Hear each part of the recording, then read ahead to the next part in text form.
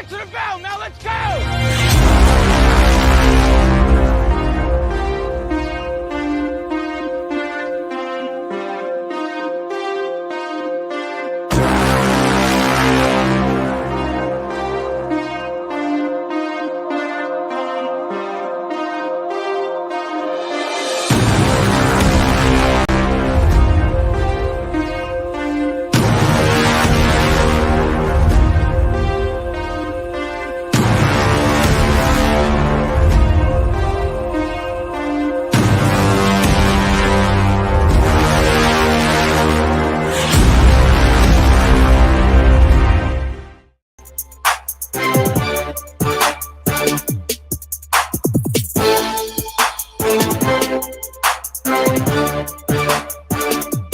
Good afternoon. Welcome in to Main Street Sports Today, presented by Mid-Tennessee Bone & Joint. I'm Chris Yao, joined by Maurice Patton, and coming to you live from the Lee Company studio here in Columbia.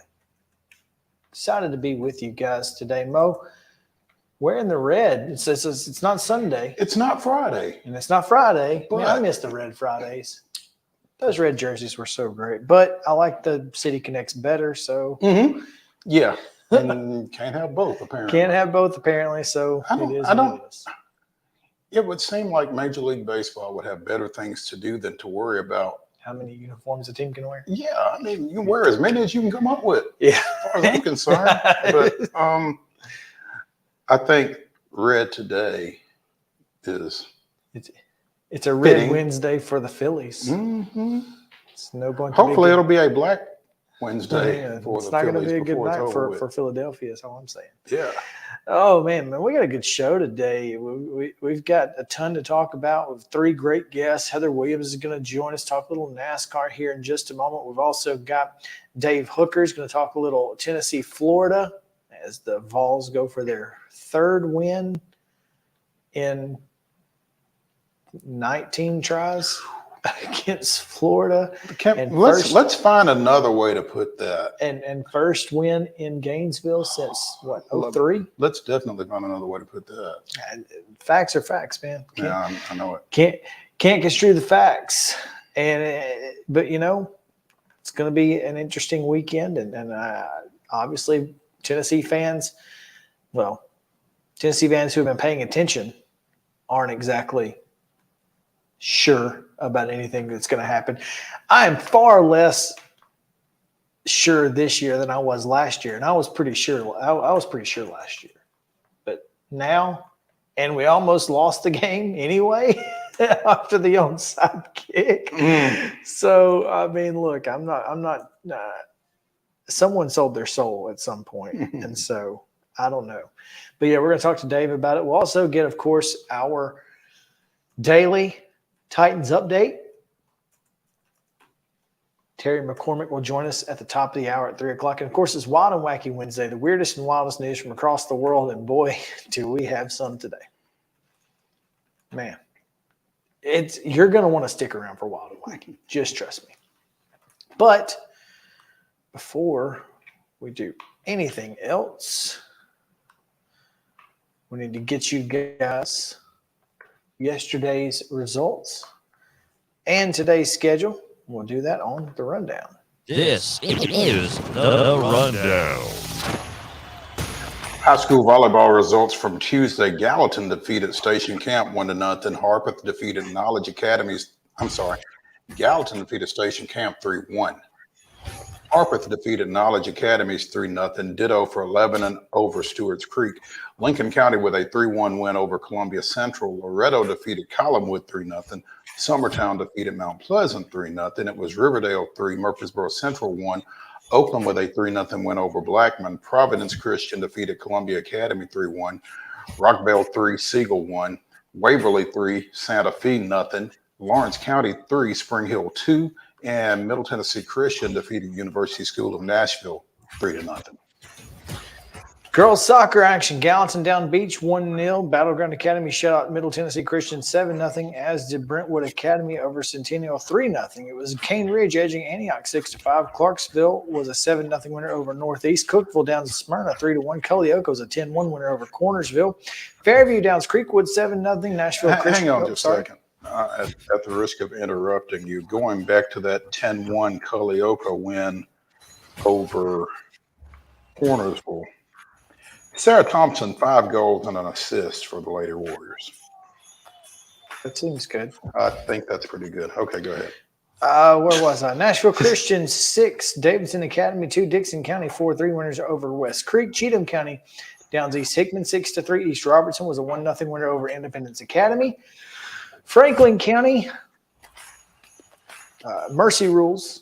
Giles County 9-0, as does Martin Luther King over Glencliff, and Harpeth over Waverly. It was Harpeth Hall 4, Innsworth 0. Henry County 2-1 over Northwest. Over to 8-0, and Rossview a 9-0 winner over Harpeth. You did, yeah. Franklin 4, Independence 0. Also, Lead Academy 8, STEM Academy 3. Murfreesboro Central with a 9-0 win over Marshall County. Merrill Hyde 9, Republic 0. Nolensville doubles up Page 4-2. It was Oakland 3, Rockvale 1. Summit with a 1-0 victory over Ravenwood. Spring Hill edged Shelbyville 4-3. It's Portland 5, Springfield 1. Liberty Creek with a 3-0 win over Sycamore. Tullahoma downs Lawrence County 9-0. Warren County with a 3-0 win over Watertown. Grace Christian of Franklin 7, Webb School 1, White House 7, Macon County 2, and Wilson Central with a 1-0 victory over Lebanon. In Major League Baseball action on Tuesday, it was the Cardinals defeating the Orioles 5-2. Cincinnati defeated Detroit 6-5. Milwaukee with a 3-1 win over Miami. Oakland, again, down in the Astros 6-2. The Rockies with a 6-4 win over the Cubs. And the Braves in extras with a 7-6 victory at Philadelphia. Minor League Baseball action. The Sounds opened their series in the Queen City with a 5-3 win over Charlotte. Volleyball action this afternoon at 4:30. Ezo Hardings at Friendship Christian. At 5 o'clock, Hillsborough welcomes John Overton. And at 6 o'clock, it's Eagleville at Forest. And girls soccer action, Battleground Academy is at Franklin Road Academy. At 5, Providence Christian welcomes University School of Nashville, same time. And at 7, it's Hillsborough at Hendersonville. Major League Baseball action getting underway in about 2 minutes. The Cubs will be at the Rockies to finish up that series. The Cardinals are at the Orioles at 5:35. At 5:40, it's the Tigers hosting the Reds, and the Braves at Philadelphia. At 6:10. The Athletics will be at Houston, and the Brewers welcome the Marlins at 6:40. Sounds continue over in Charlotte at 5:35. WNBA playoffs tonight, best of 3 series, game 1 in each of these. Minnesota at Connecticut, 7 o'clock on ESPN2, The Deuce. Hasn't been that in a while. And Chicago is at Las Vegas. That's a 9 o'clock tip in game 1 on ESPN, and that is your rundown.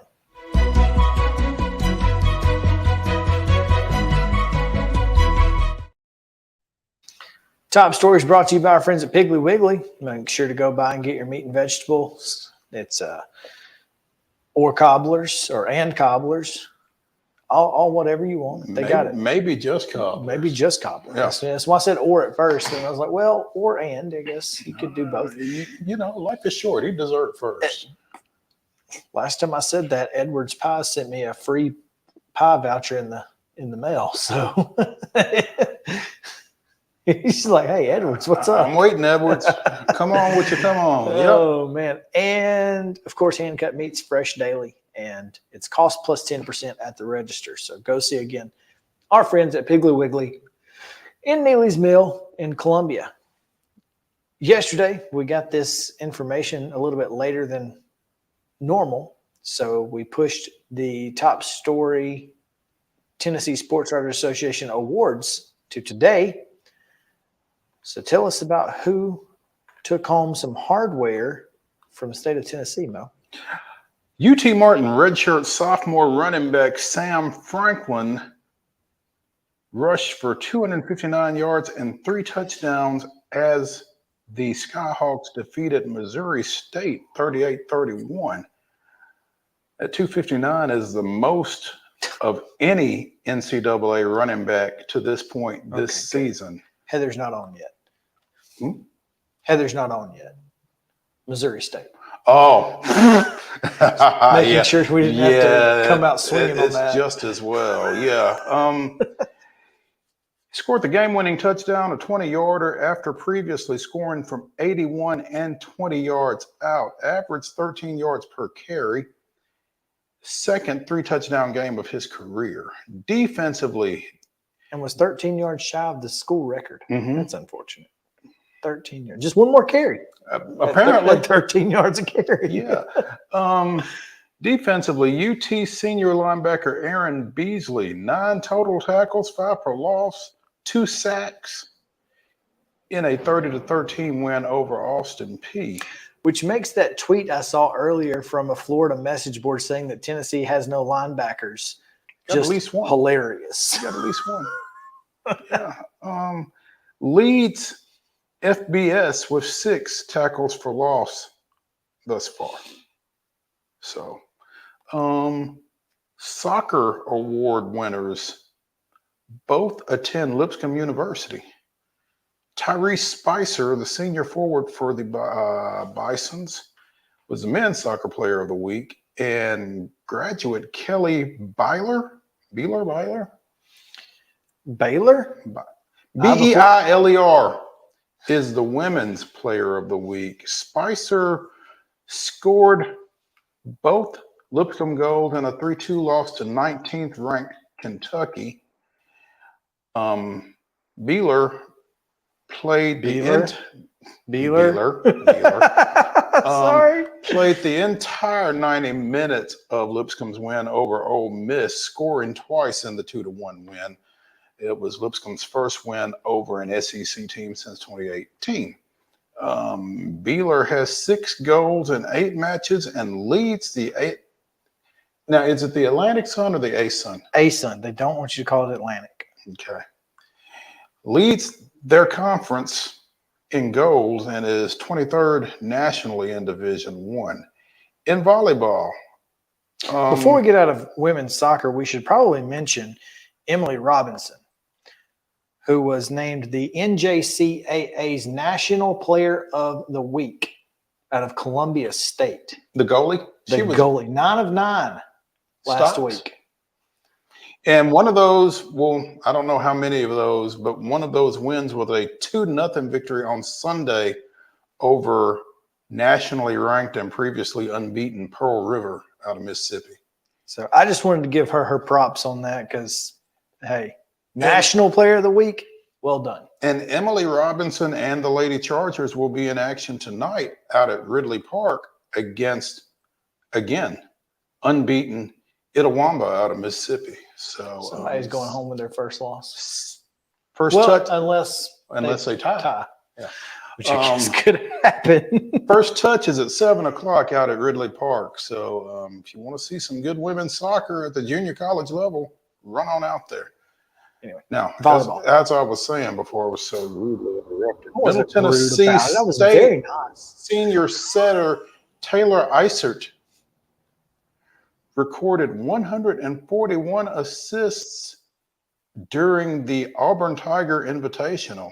Louisville native leads Division I in assists per set with 11.97. And Diggs too, right? Isn't she leading? Was she the one that we Same talked girl. about? Is it? Okay. Yeah. So Diggs per set and assists per set. Wow. She's getting it done. 44 assists and 13 digs in Middle's 3-1 win over host and 25th ranked Auburn. Then had another double-double in a 3-2 win over Mercer. Finished the weekend with 30 digs and 4 service aces. Taylor was busy. Taylor was getting it done. Yeah. Getting it done. Maybe she needs her own beat. I love this picture that they sent because the guy in the Auburn stuff behind is just like straight. He's just whatever he's doing on his phone. He's having a good time just playing on TikTok or whatever. Stranger things have happened. So, all right. Top story number 2, Mo. Mm-hmm. the NFLPA, following Aaron Rodgers' injury, is now suddenly concerned with playing surfaces. They weren't so worried about it when Derrick Henry blew out his knee, or Jonathan Taylor, or anyone else. But Aaron Rodgers, in a contact injury, not even a non-contact injury, on a playing surface that, by all accounts, up until that point was phenomenal, because and there's a lot of players out there who haven't played on the new MetLife turf. It's field turf. It's not what it used to be. Are talking about how terrible the surface is at MetLife. Well, prior to this year, it was basically synthetic, AstroTurf type stuff. But they are playing on field turf now, which is the same thing the Titans have, same thing the Colts have. It's a fine surface, and it's just wild to me that now we're suddenly concerned with the safety. I don't know if this is Aaron Rodgers specific, or if this is Jets spending $18.5 million per play for Aaron Rodgers. Man, that's brutal. $74 million guaranteed for 4 plays. 4 plays.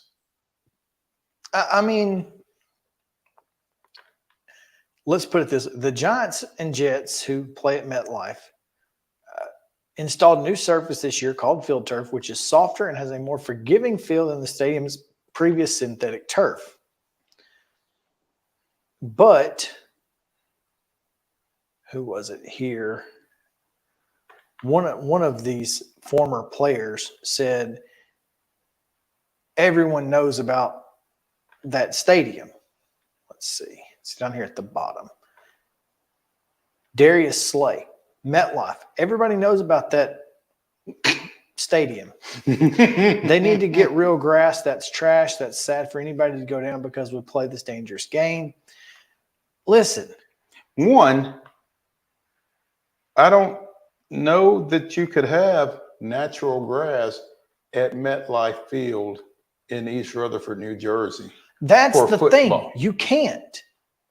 It would be a worse surface from November on than you're playing on right now. Well, the argument is, well, you can do it for the World Cup and for these soccer matches. Yeah, but they're in the summer. If that's the argument, then whoever is putting that argument forth isn't being very realistic. No, well, that's what the NFLPA, who is, I don't know, the first name is Howell is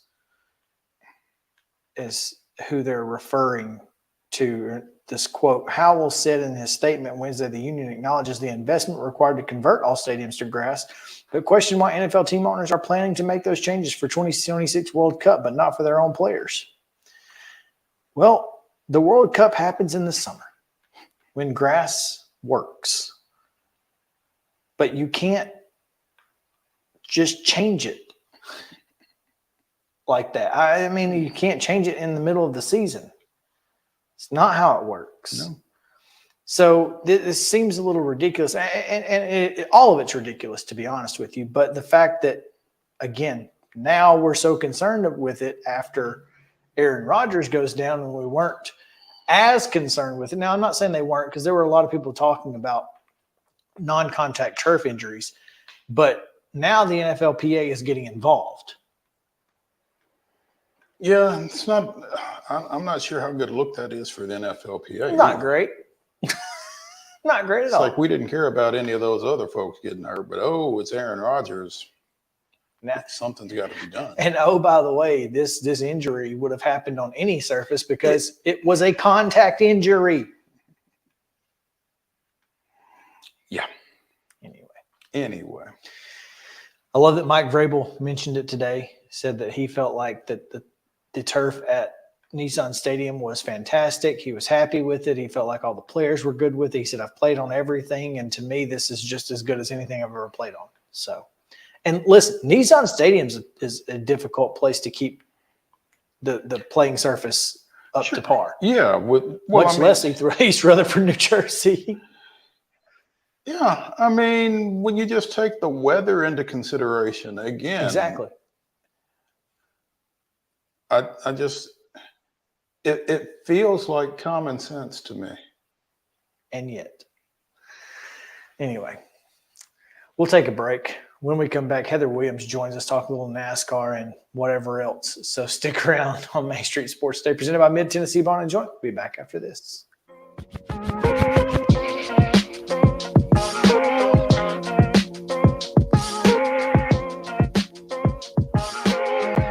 Mid-Tennessee Bone and Joint treats your orthopedic injuries and existing conditions. Our trained physicians will get you back in the game faster.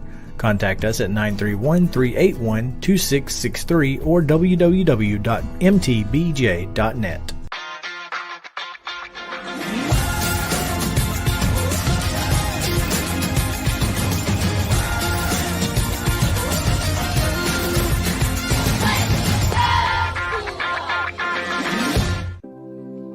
Custom Stone Handler supplies over 600 distributors and suppliers with quality stone products. Along with River Stone, we produce and distribute over 100 building, landscape, and other bulk products. Our goal is to provide quality products, service, and partnerships to ensure our customers' success. We firmly believe that the measure of any person or company is how they treat other people and customers.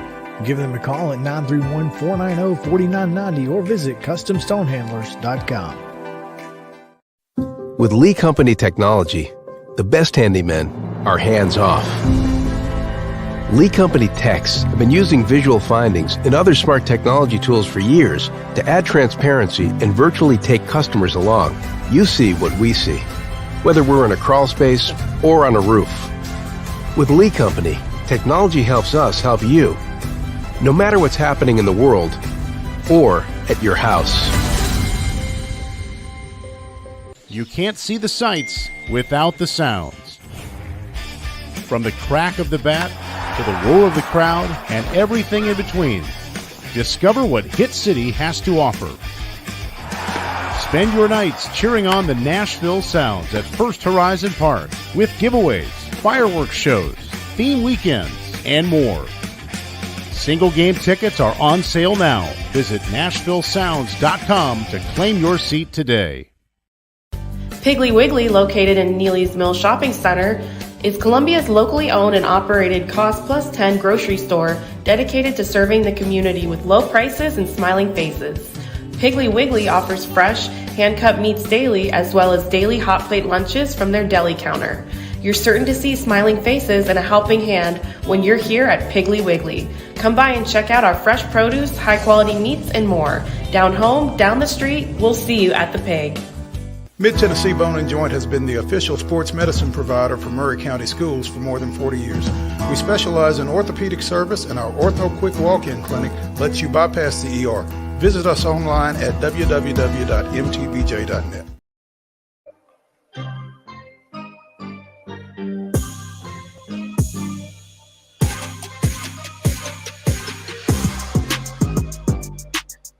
Welcome back in Main Street Sports Today, presented by Mid-Tennessee Bone and Joint. Chris Yao, Mo Patton, coming to you live from the Lee Company studio here, and glad to be with you on this Wild and Wacky Wednesday. And a Wild and Wacky Wednesday it will be all day long. Dave Hooker coming your way later in the show. We're getting everybody from the Eastern time zone. There we go. It's just pretend it's Eastern time zone day, I guess. Who knows? But plenty of exciting stuff to talk about, including NASCAR, because, Mo, it's Bristol weekend. It's Bristol, baby. It is, in fact. And to talk about it, we have Bristol Motor Speedway's next-door neighbor. What's up? What's going on? Yeah, Bristol's literally like 4 miles from my house. So, yeah, we literally are next door neighbors. That's pretty convenient, I would think. Especially on race weekend. Yes, it is. Yeah, you basically live out there. That's what I'd do. Well, that was Bristol weekend when the traffic was so bad was it about 7 years ago? I seriously considered walking to my apartment because it was backed up so badly. Get you a golf cart or a moped or something. Or just get one of them to run you over. In the golf cart? Yeah. Going down the main drag of Bristol Volunteer Parkway in my golf cart. Hey, I think I'm not sure a golf cart would make some of the hills, though. Yeah. Oh, hills. Okay. All right. That's the problem. I didn't think about that. So, obviously, we're going to talk about this past weekend in NASCAR, but we need to talk about this coming weekend and qualifying at Bristol, because folks are getting ready to find out on a national level what we've known for 3 years? At Chris? least. Yeah. Ish. Heather's going to be involved on Sirius PRN with the call for qualifying.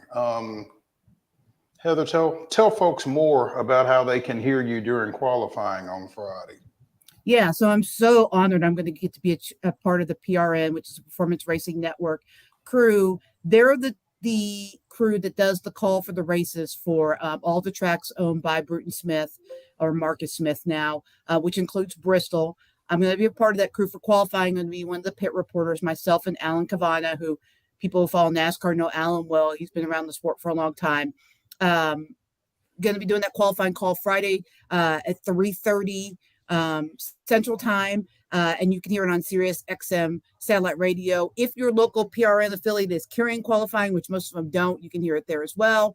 But don't worry about it. Just turn on Sirius XM channel 90, the NASCAR channel, and you'll be able to hear me on the call. Is this something you've done before? No, this will be my first time working with them. I'm actually really excited about the chance to get to do it. It's kind of a mini audition to see how I do doing the live radio. I've obviously done a ton of television, but not as much radio. So it'll just be an opportunity, kind of a low pressure situation because it's qualifying, especially at Bristol. Knock on wood, not super action packed with stuff. So just be fun to get in the pits and play around and see what happens. What do you anticipate being different about radio versus TV for you in this position? Well, obviously, what little radio I've done, I'm going to have to paint more of a picture for them of what's going on because they can't see. I mean, there will be people that will be at the track that will be listening, obviously, or watching on television or what have you. But a lot of people that listen, especially on Sirius, or truck drivers or people driving or commuting or whatever. So you really have to be able to paint more of a picture. Just like radio play-by-play. I will be doing the play-by-play. Obviously, Doug Rice, cheerleaders of mine, they'll be doing the play-by-play. But I'll be in the pits talking to drivers and trying to just give people a good visual of what's going on. So that's different. On TV, your pictures get to tell more of the story than your words do. Sure. No, this will be a lot of fun. I have Sirius XM, and it's going to be happening in our show, but it'll be continuing after our show as well, starting at 3:30. So I'll get to hop in the car and on the way home. I'll have to turn on Sirius NASCAR channel. That's exciting. You know, Bristol's always a big event.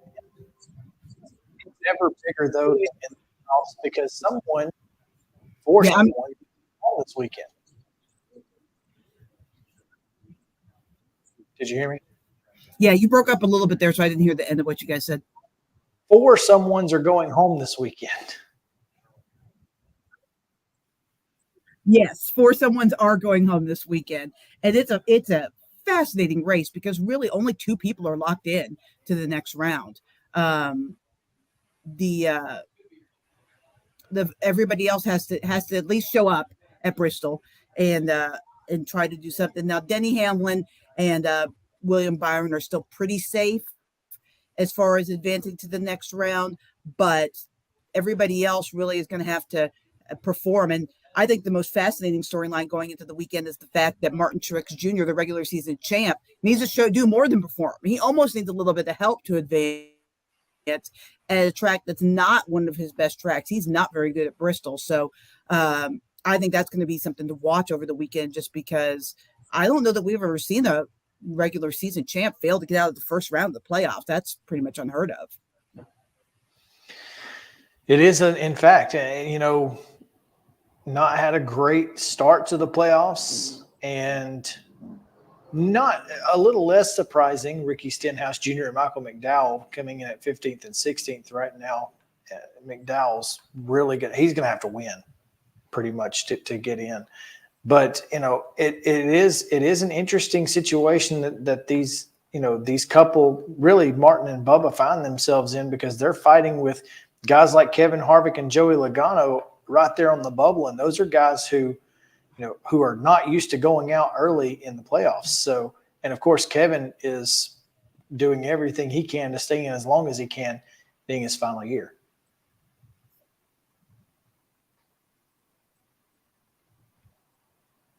Yeah, and Kevin and Joey have the advantage of Bristol's a really good track for both of them. So I expect them to come to Bristol and be able to put on a pretty good show. I think you guys are frozen. We can hear you. I hear you guys fine. We hear you fine, so let's just pretend like it's radio. Goodness. Yeah. That's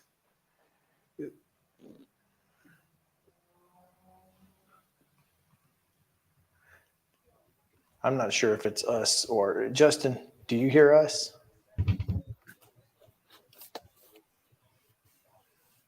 Because it could be. Okay, Justin does hear us. Might be coming on Heather's end. I'm not sure, though. Do we want to back her out and bring her back in? You never know with internet issues. The beauty of it. We can always give her a phone call. Yeah,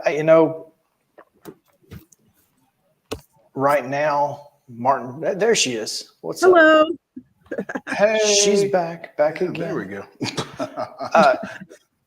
Yeah, you were saying Logano and Harvick, that they really do well at Bristol. So if you are Truex and Bubba Wallace, you're really fighting to get ahead of guys like Christopher Bell, Chris Buescher, Ross Chastain, and trying to fight those guys particularly.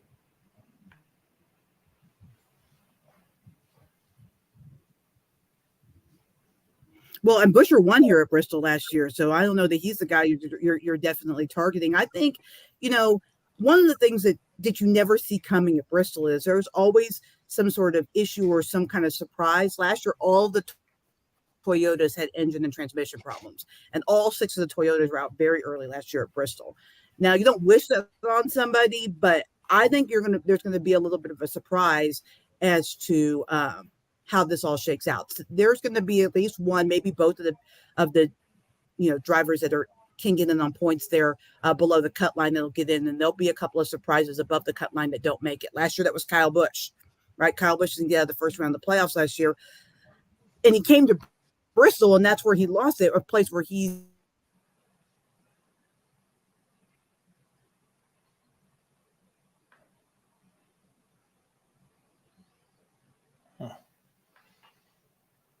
Yeah, the internet issues are strong here today. Hello. There you are. Yeah. One of the things that we saw this past weekend was Bubba Wallace had a great car early, then he didn't. He ended up finishing 4 laps behind. Well, he hit the wall, to be fair. The car was fine. He just hit the wall.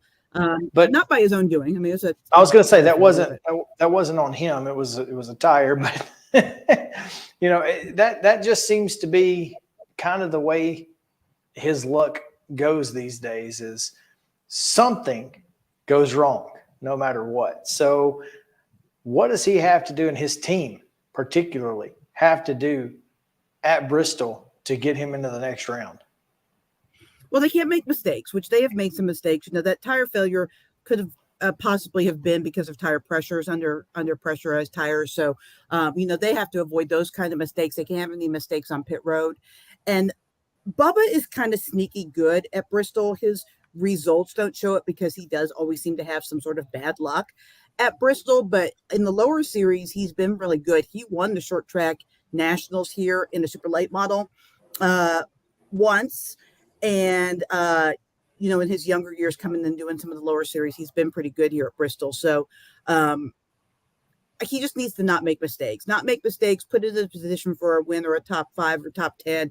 And, you don't really want to count on other people making mistakes, but there will be some people that will make some mistakes or will have some issues or some bad luck. You just need to not be that person and then be in the position to take advantage of their bad day.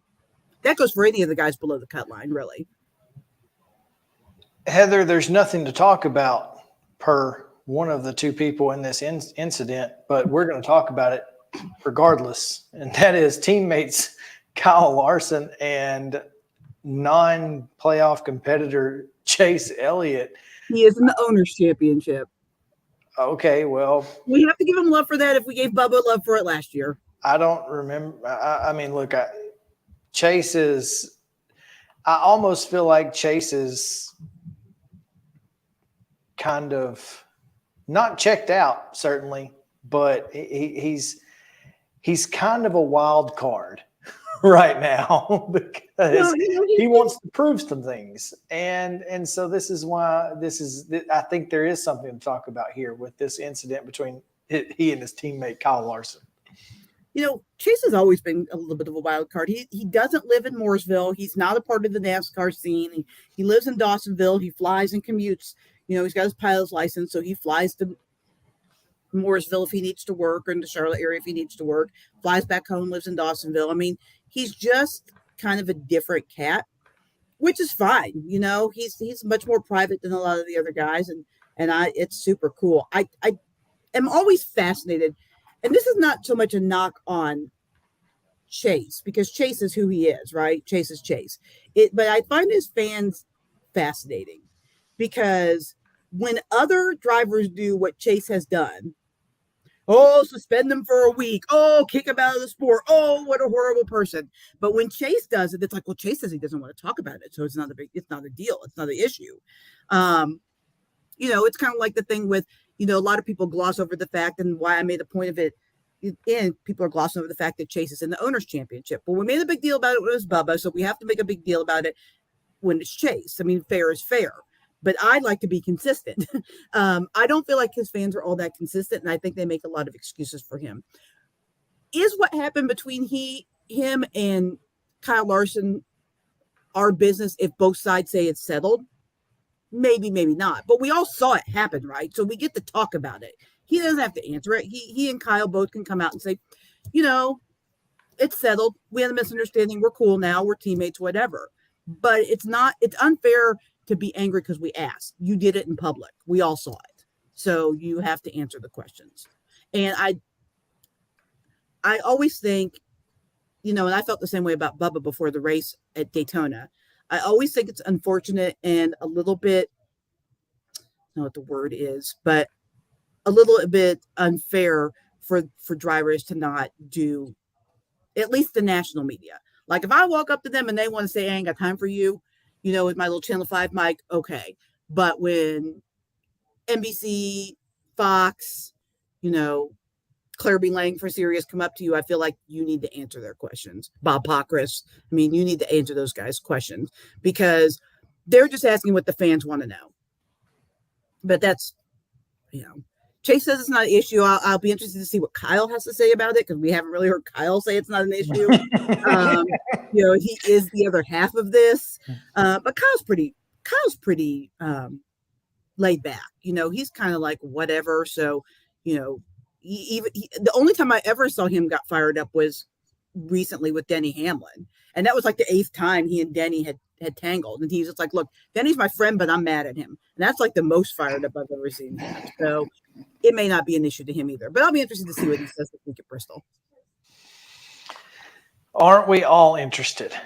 And luckily, we'll get a chance to see it and hear it. If you happen to be listening on SiriusXM or any of the other PRN channels. Heather, what are your expectations this weekend? If not specifically, just for the cars. because, again, it's a short track. Yeah, I hope the racing's better. I don't hold out a lot of hope, though, because they haven't really done anything particularly to help the racing. And last year's race, the fall race, was not that great. I mean, the teams that got up front, they checked out just like they would on any of the other short tracks. And passing is extremely hard at Bristol under good circumstances. With this car, it's going to be darn near impossible, except for, using the bump and run, which I'm sure will get used. But, I mean, drivers don't like to use that on lap 2, right? I mean, they want to save that, for later in the race. So I think it'll be chaos. I think that the end of the stages could get really hairy because there are so many drivers that can still advance on points. I don't think anyone's officially eliminated. And other than the 2 drivers that have won, I don't think anyone's officially locked in. So I think you could see action really pick up at the end of stages because those stage points are so valuable. Because every point is going to mean something this week. So it'll be interesting. I don't know if it'll be great racing, but I think it'll be compelling. There you go. Heather Williams joining us here on Main Street Sports Day. Hear her on Friday, 3:30 Central, Sirius XM NASCAR on the PRN call with the radio crew during qualifying, and looking forward to that and to seeing this weekend's race. Heather, thanks for joining us as always. We appreciate it, and we look forward to seeing you soon. Yeah, thanks for having me, guys. We'll talk to you next week. Thanks, Heather.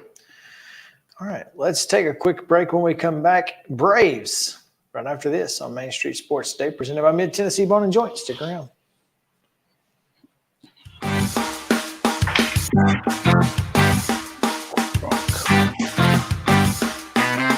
Mid-Tennessee Bone & Joint treats your orthopedic injuries and existing conditions. Our trained physicians will get you back in the game faster. Contact us at 931-381-2663 or www.mtbj.net. With Lee Company technology, the best handymen are hands-off. Lee Company techs have been using visual findings and other smart technology tools for years to add transparency and virtually take customers along. You see what we see, whether we're in a crawl space or on a roof. With Lee Company, technology helps us help you, no matter what's happening in the world or at your house. Jones & Lang Sporting Goods here in Columbia has been outfitting teams, officials, and anybody else from T-ball to college for 50 plus years. Be sure and check them out at 931-388-8060 or online at jonesandlang.com. Jones & Lang Sporting Goods, the look of a winner. Zion Christian Academy, zioneagles.org or 931-388-5731. You can schedule your appointment. Go tour their campus. It is beautiful over there, and you're definitely going to want to see it. Again, it's zioneagles.org. Give them a call, 931-388-5731, and schedule your tour today. Did you know that up to 80% of us will experience back or neck pain during our lifetime? Many of you are offered surgery or addictive pain pills to relieve your chronic pain. At the Dr. Gill Center for Back, Neck, Chronic Pain Relief, we have been leading the way to better health, naturally, and have helped tens of thousands of people right here in Middle Tennessee for the past 30 years. I came to Dr. Gill about 10 years ago after my local doctors recommended surgery. I knew about Dr. Gill and wanted to see if he could help me. 10 years later, I am pain-free, no surgery, and no pain pills. Surgery is scary, and over 40% of all back surgeries fail, creating a cycle of surgery and pills. There is a safer solution to your chronic pain. Make the call to the Dr. Gill Center for Back, Neck, Chronic Pain Relief today and get your life back. This office visit is normally $299, but call today and receive your initial consultation, report of finding for just $49. But hurry, this offer won't last long. Call 615-768-8743. That's 615-768-8743. You can't see the sights without the sounds. From the crack of the bat to the roar of the crowd and everything in between, discover what Hit City has to offer. Spend your nights cheering on the Nashville Sounds at First Horizon Park with giveaways, fireworks shows, theme weekends, and more. Single game tickets are on sale now. Visit NashvilleSounds.com to claim your seat today. Mid-Tennessee Bone & Joint has been the official sports medicine provider for Murray County Schools for more than 40 years. We specialize in orthopedic service, and our Ortho Quick Walk-In Clinic lets you bypass the ER. Visit us online at www.mtbj.net.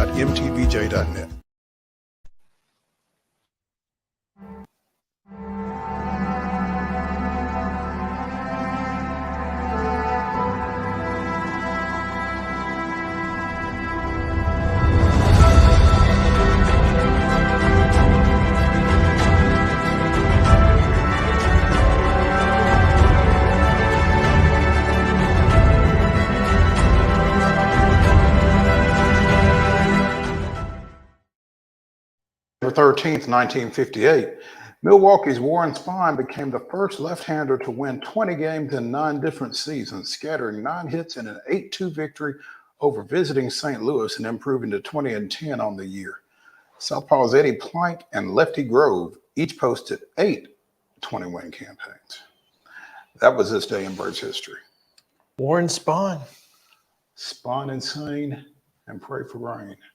That was a famous Braves chant during the early 50s when it was those two and nobody else. I mean, that's there were several parts of the Braves history where there were a couple of great players and on nobody some really else. bad teams. Yeah. Fortunately for us, Mo, that is not the case right now. That is not the case right now. It's a couple of maybe not so great players and some really good ones. A lot of really good ones. I mean, absolutely cannot express how much of a difference it is to be able to hit 1 through 9 in your lineup. Man. I mean, Michael Harris is probably the most important hitter in the Braves lineup. Yeah, because he turns that order over when he's down there in the number 9 spot. And consistently since June 1st, he has done just that. Well, I mean, when you look at a leadoff guy who's got 90-plus ribs, somebody's got to be getting on in front of him, and a lot of times that's Michael Harris second. So, yeah, you've got so many good players on this team that when one ties a franchise record for single-season home runs, it does not make the replay of the game. I saw you tweet that last night or something. Yeah, I was umpiring yesterday, so I did not get to see the live broadcast. And so watching the replay last night, it went from 1-0 Phillies after the Castellanos home run to 1-1 going to the top of the 5th when the Braves scored 5 on the Acuna 2-run homer and the Ozuna 3-run homer there in the 5th. So, you know, if you're watching that game on a replay and you know how it's come out, that's probably the one thing that you wanted to see. Yeah, was Matt Olson's 51st home run that tied the record set by Andrew Jones in 2005. And due to time constraints, we now move ahead in this broadcast. It's like, first of all, couldn't we have moved ahead like in the 6th when there was no scoring or something like that? I mean, why there? First of all, your Bally Sports. What time constraints do you have at 10 o'clock at night? What else is going on? What are we rushing through this to get to? Yeah, paid programming. Somebody's selling ShamWows at midnight. Is there an Andy Griffin show on after this or something, or what? What are we doing? What we've not seen. What are we doing? That's great. So at that point, I just time constraints. went to bed. That's yeah, so funny. Yeah, I had never heard that before on a Bally replay because I watch a lot of them. You know, if they won, I like to go back and watch it again. Yeah. You know, and especially if I didn't see it. So, but yeah, after that, like I said, I think it was the 3rd inning when Castellanos hit the home run, and they said we now move ahead. I thought that's funny. I don't remember ever seeing that before, and then it goes to the top of the 5th, and the Braves are tied 1-1. I'm like, wait a minute. Wait, you know, there was something. There was something pretty important that happened during that. Something I was supposed to do today. Yeah, right. So, but anyway, man, that is something. Now that you mention it, Mo, there is something that's going to happen this year that's never happened before. Just one thing. Well, a lot of things, but it includes Ronald Acuna Jr., but it's specific to him. He's going to have more RBIs than strikeouts. With 97 ribs and only 77 strikeouts, That, to me, is the most glaring statistic that he's put up this year. Not the 65 stolen bases, not any. I mean, the fact that he has found a way to not strike out 100 times is insanely good. Well, especially given his past history. 123 as a rookie, 188 in 19, 85 in 21, where he only played 82 games. And it's more than one a game. Yeah, and 126 in 2022, where he more than won a game. This is a strikeout per game. He went from more than his strikeouts in half. Yes, or more he's than that. Literally cut them in half. That's remarkable. I think it's especially remarkable as far into his career as he is. I mean, I just don't know that you see hitters make that kind of adjustment. Right. At this stage of their career. He's found a way to make more contact. And I think part of it is that he's cut his swing down. He's taken the ball the other way a lot more than you saw previously. Well, and a lot of people talked about his objectively long swing. And nobody ever said it wasn't an objectively long swing. It was just that when he connected. He's found a way to still connect, hitting balls over 100 miles an hour a lot. And he's so strong that even when he goes the other way, he can still hit it out. Oh, it goes. It is an absolute bomb. So this is, I mean, this Braves team as a whole hasn't struck out a whole lot. Mm-hmm. They found a way. Even Matt Olson found a way to limit his strikeouts, particularly over the last 3 months. And it has resulted in the Braves being, the best offense. Offense in baseball. And quite possibly, say what you want, quite possibly in the conversation for the best offense in baseball history. 1 through 9. Mm-hmm. It'd take brighter minds than mine to really analyze that the way it deserves, just because I don't have enough depth of knowledge. But I don't think you could argue that they deserve to be analyzed in those. Oh, absolutely. I think the MLB network actually did something. They did looking at them and the 1929 Yankees that everybody references, and there was a Dodgers team as well, and the Big Red Machine, and kind of put these guys up against them. And the one thing that's going to be tough to measure is the ninth hitter, because everybody else had a pitcher in the batting order. Well, the Yankees, I guess they did back then. They didn't have the DH hitters. Came in 73. Yeah. Chris. Well, after I got that out, I realized what I was saying. But that being said, yes, I mean, there's that, but I still don't think that it's. Can we take our worst hitter out? Because if we can take our worst hitter out, who is it? Then I don't think there's any questions. Who is it? Probably one of the catchers, if not both of them. Yeah, take the catcher out of the mix. But I mean, even the catcher is better than whoever the pitcher was. Yeah. I mean, just for the sake of argument, maybe.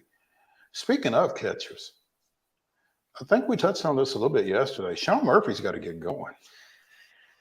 Sean Murphy's got to start playing.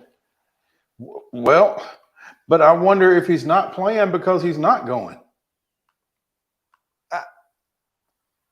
At what point in the history of Brian Snitker has that ever been a possibility?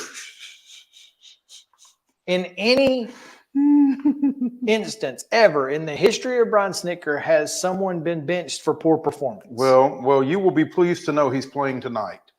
Well, he needs to play every day if he's going to. Whoever's going to be catching in October needs to be playing all of September. Well, maybe both of them are going to catch in October. I don't think. I don't think you can do that. Well, I think they like the way Darno handles the pitchers. I think they like the way that Murphy is able to throw people out. Although he's not done as much of that when he has played of late. Acuna, Albies, Riley, Wilson, Ozuna, Arcia, Murphy, Pilar in left, Harris behind Strider in the 540 matchup today that the Braves go into with a magic number of 2. Which means they can clinch because they need a win and a Phillies loss, which will both happen. If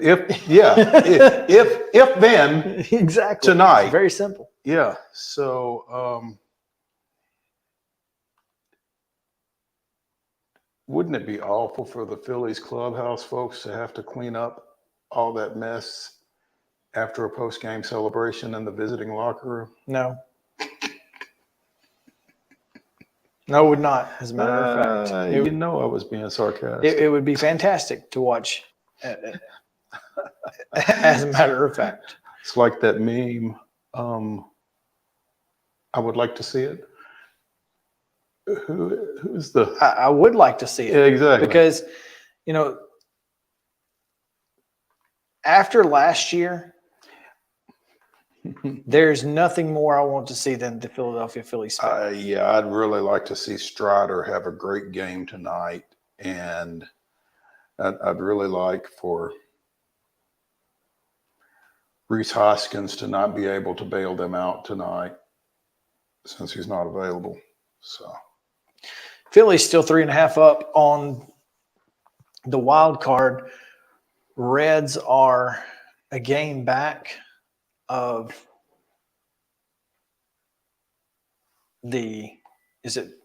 how many wild card spots are there? 3? 3. Okay, they're a game back of Arizona. Mm-hmm. Yeah, Phillies, Cubs, and Diamondbacks are the 3 wild card position holders right now. The Reds are a game back of Arizona. Giants are a game and a half back, as are the Marlins. Yeah, the Reds, Giants, and Marlins can all, they're all in striking distance. And ideally, knocking the Phillies out would be just. I would be way more comfortable if the Phillies were not in the postseason. I mean, I don't want to see the Cubs either after what they did to us in Chicago, but we get a chance to address that in about another week. But everybody and else, it's going to be interesting when the Cubs come to Atlanta, where it's just a deal. Yeah, should be interesting. Technically, only one team in the National League is eliminated. That's Colorado. The Cardinals. You're saying there's a chance. They're 11.5 back. And I don't think that's going to happen. Technically, only one team is in. That's right. The Braves have already clinched a playoff spot. Honk if your team has lost 50 games or less. Yeah, that would be us. Honk. That's it. And that would be that's it. The end of the line. So, again, Spencer Strider tonight, he's got a lot of making up to do over his last start, but I really feel like that's just kind of what I think he likes pitching in these type of situations. And we've talked a lot about the Braves not always bringing their A game against subpar teams, and he was not great against St. Louis. He's not been great against anybody that has a losing record. You saw those splits. Yeah, so it'll be interesting to see what he brings to the center of the diamond, as Brandon Gaudin likes to say, tonight. I'm looking forward to it. Looking forward to our next segment as well, getting our daily Titans update from Terry McCormick. That's coming right up after this on Main Street Sports Today, presented by Mid-Tennessee Bone & Joint. Y'all stick around.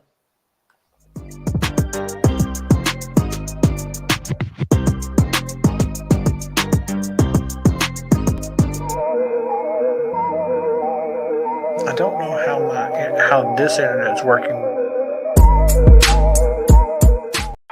shoots, and he scores!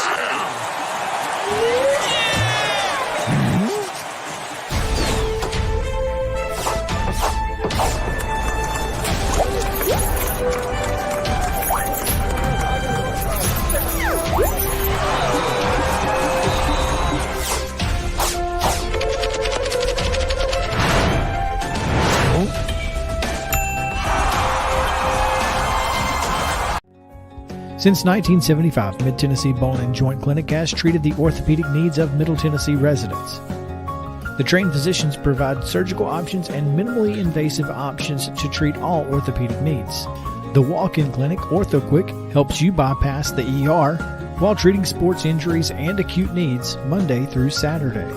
Visit MTBJ online at mtbj.net or on social media at Mid-Tennessee Bone Joint Clinic.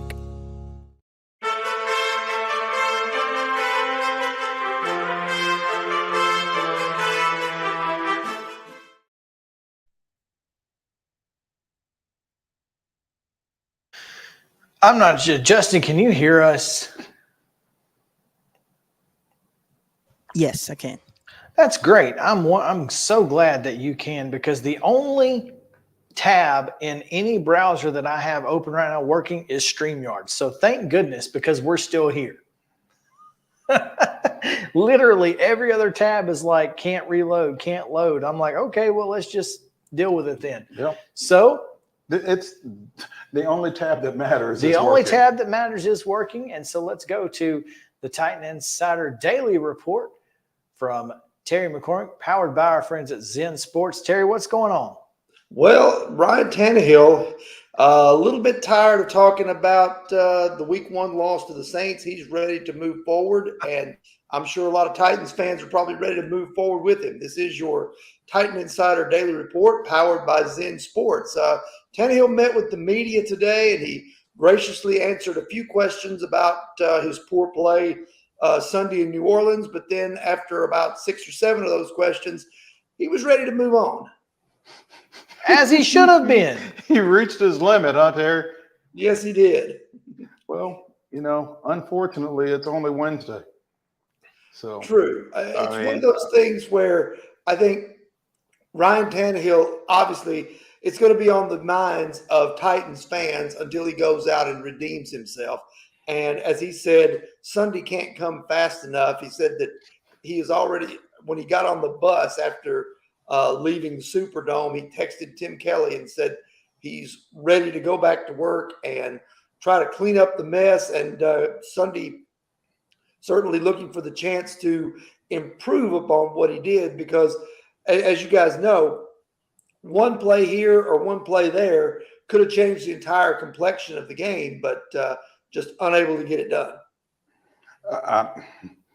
The glass half empty part of me says, be careful what you wish for, Ryan. But that's got to be his attitude. And I mean, I can understand him being a little bothered by it, but the fact of the matter is his performance was glaring in a 1-point loss. True. And it's a situation where he knows he has to do better. And, if he doesn't do better this week, then you're going to start to hear those whispers of what's next and what's wrong. And they won't be whispers. And where do the Titans go from here? No, you're exactly right. There will be situations where people will be going, what do the Titans do at the quarterback position? Because, behind Ryan Tannehill, we know they have Malik Willis, who has a little bit of experience, and Will Levis, who has none. So there you have it. And may or may not be injured. Who knows? So, yeah, and I made this argument yesterday, Terry, and I'm not going to harp on it, but, myself included, I was frustrated Sunday. I was incredibly frustrated. I was ticked off because I spent all offseason defending this guy, and he makes me look like an idiot all day long. And then I go back and watch the rest of the NFL, and it's like, okay, well, crap. Everybody kind of looked like trash on Sunday. At least, some of the top tier quarterbacks, Joe Burrow, Josh Allen, I mean, it seemed like it was just one of those days, maybe. And so obviously, if Ryan Tannehill comes out, plays like Ryan Tannehill can play, this team has an opportunity to win. And to do that, and for him to play at his top level, they've got to put the ball in the hands of their running backs. Any chance that happens this weekend? I think they have to. I think they have to get Derrick Henry more involved, because the Chargers' weakness would appear to be their run defense. You don't want to put yourself in 3rd and 8 and allow Bosa and Mack to just tee off and come at your quarterback, especially behind an offensive line that, is still learning to work together and still starting to gel. You brought up Joe Burrow and Josh Allen. The difference is this, guys, and this is why I think it's, imperative to watch Tannehill and see what happens. When you're 25 or ever how old Allen and Burrow are, it's chalked up as a bad game.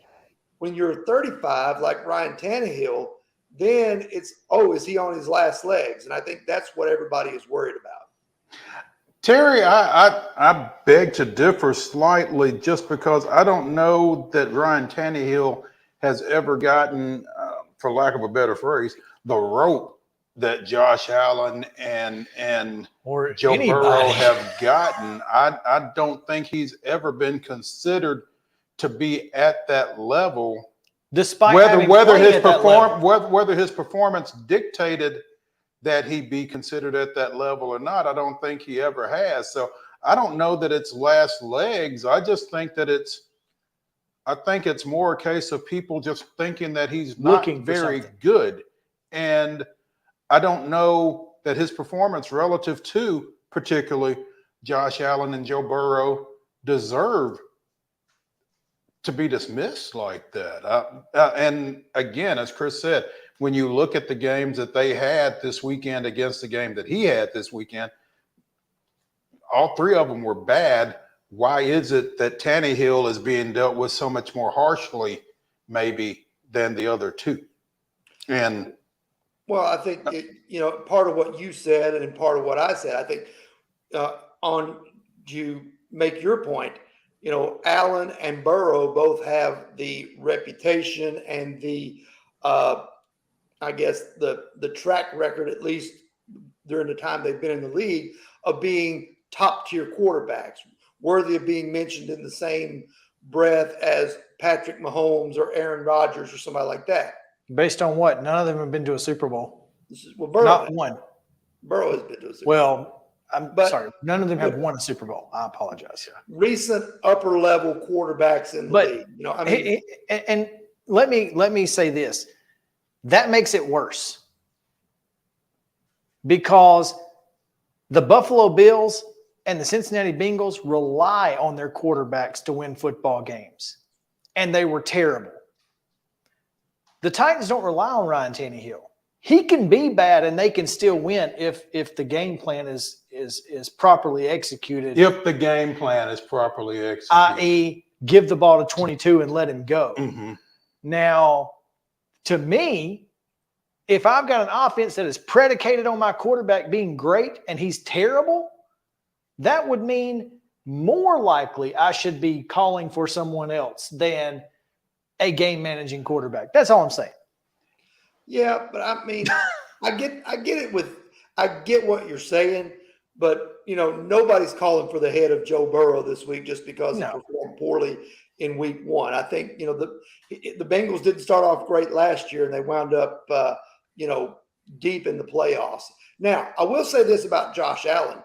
I do think he's regressed since Brian Daboll left to become the Giants head coach. I think Daboll had figured out Allen and what he was good at, and I think he regressed a little bit last year, and I think maybe that regression has continued. So it's going to be interesting to see him going forward. But back to Tannehill, I think the Titans fans probably looking at Tannehill is like, if he had just made 1 or 2 plays, it would have been the difference in the ball game. And I think that's why, fans are so hard on him, because let's be honest here. There's a segment of the fan base that still has not forgiven him for the playoff loss to Cincinnati 2 years ago.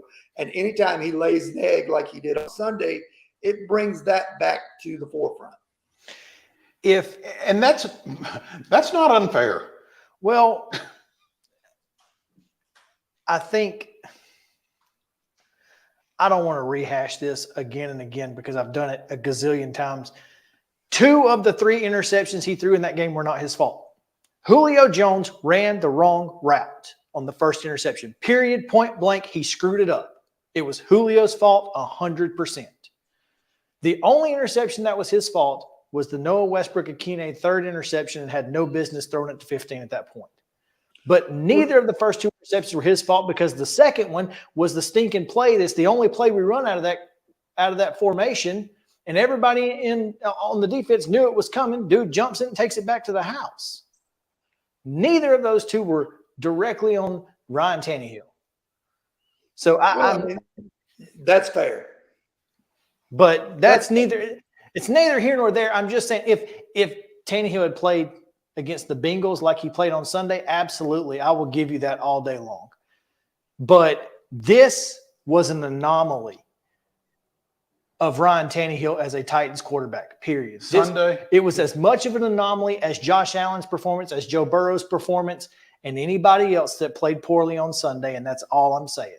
Well, hopefully it will prove Sunday against the Chargers to be an anomaly. I hope he doesn't have to prove it. I hope that they run the dadgum football. Their coach wears a hat that says so. He should wear it on Sunday and stare at Tim Kelly. Or maybe he should just give one to Tim Kelly. Give him the hat. There we go. Here's our game plan, Tim. Wear it. Yeah. Anyway. Terry, tell us about Zen Sports. All right, guys. Zen Sports is the new sports book in Tennessee, revolutionizing the way you earn sports betting rewards. With Zen Sports, your rewards are cash rewards. You bet with real money, and now you're rewarded with it too. Earn a whopping 5% cash back welcome bonus for your first 15 days when you sign up with code Main Street, MAINST. Keep betting and keep earning every month after that with up to 3% cash back rewards on your betting volume. Best of all, earn cash commission on your referral bets. Zen Sports Referral Rewards Program. Zen Sports betting just got better. And when you sign up for Zen Sports using the code Main Street, MAINST, earn an unlimited 5% cash back on your betting volume for your first 15 days. Gambling problem? Call 1-800-889-9789. Terms and conditions apply. Must be 21 and older and in Tennessee to bet.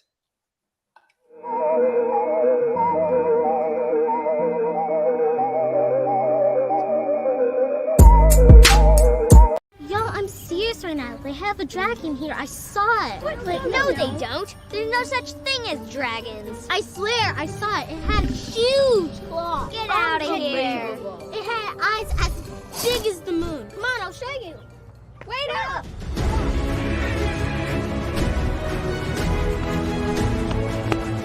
Do you hear that? We're almost there. Whoa! I told you so.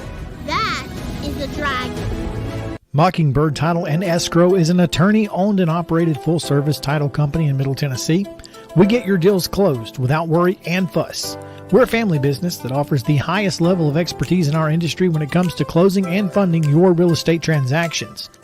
And it's a job I really love. I'm passionate about this. I'm enthusiastic about this. I like to think we're pretty well-rounded and can deal with a wide range of needs and a wide range of clients. Call 615-274-8698 today. Tired of hanging lights every year? We get it. That's why Southern Nights is here to help. We install programmable lighting on your home or business so you can enjoy beautiful, customizable lighting all year round. No more ladders, tangled lights, or cold nights outside. We do the work, you do the celebrating. Call Southern Nights today and take the hassle out of holiday lighting forever. For a free quote, give us a call at 931-241-3074 or visit our Facebook page at Southern Nights.